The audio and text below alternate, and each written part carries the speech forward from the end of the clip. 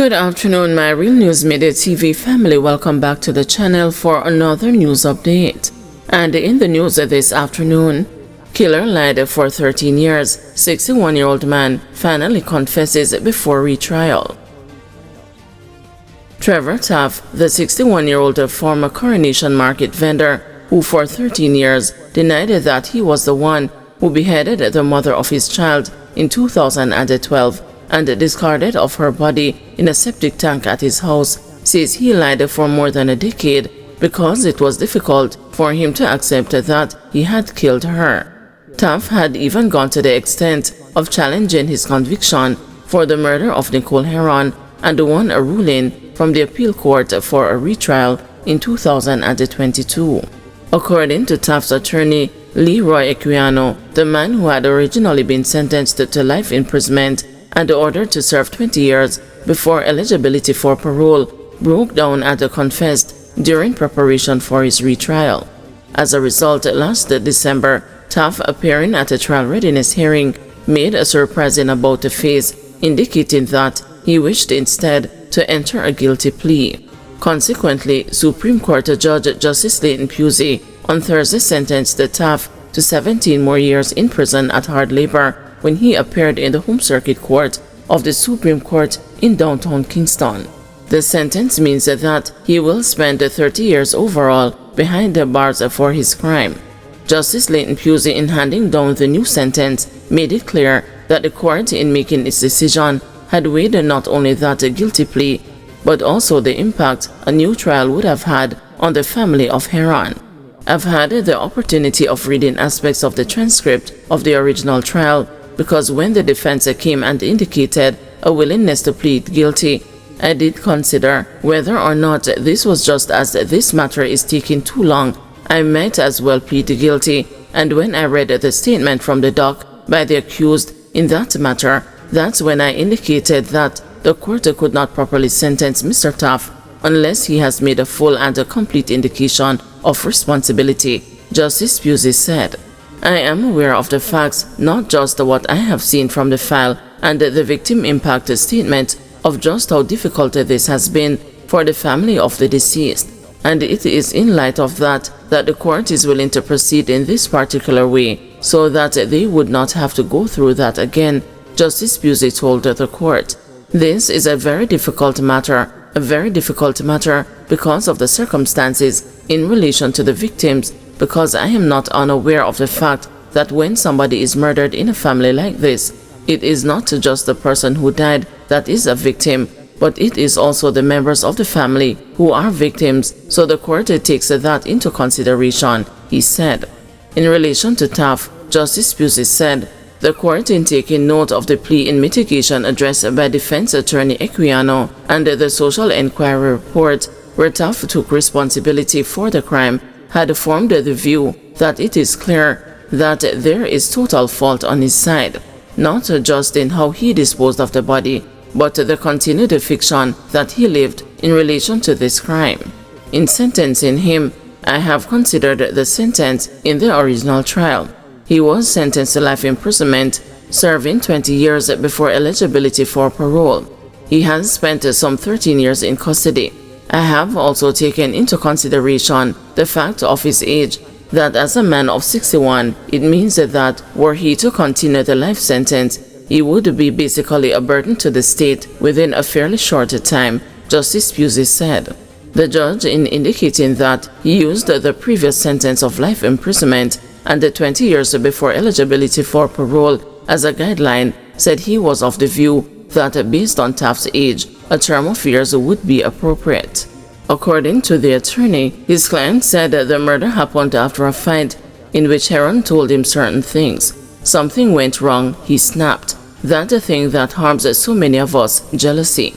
Certain things were said to him, and that caused him to lose control. He did what he could not imagine that he could have done, hurt somebody he considered to be very dear to him, Equiano stated. According to the attorney, when he asked Taft why the late confession, the former vendor said, Nicole was somebody I loved very much. We had a very good relationship, and it was difficult for me to accept that I killed her. It took a very long time.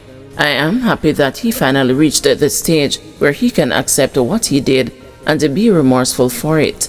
I think that it is very, very commendable of him. One of the things he also said to me is that he cannot put the family through this again, knowing that he is responsible for her death, Equiano said further.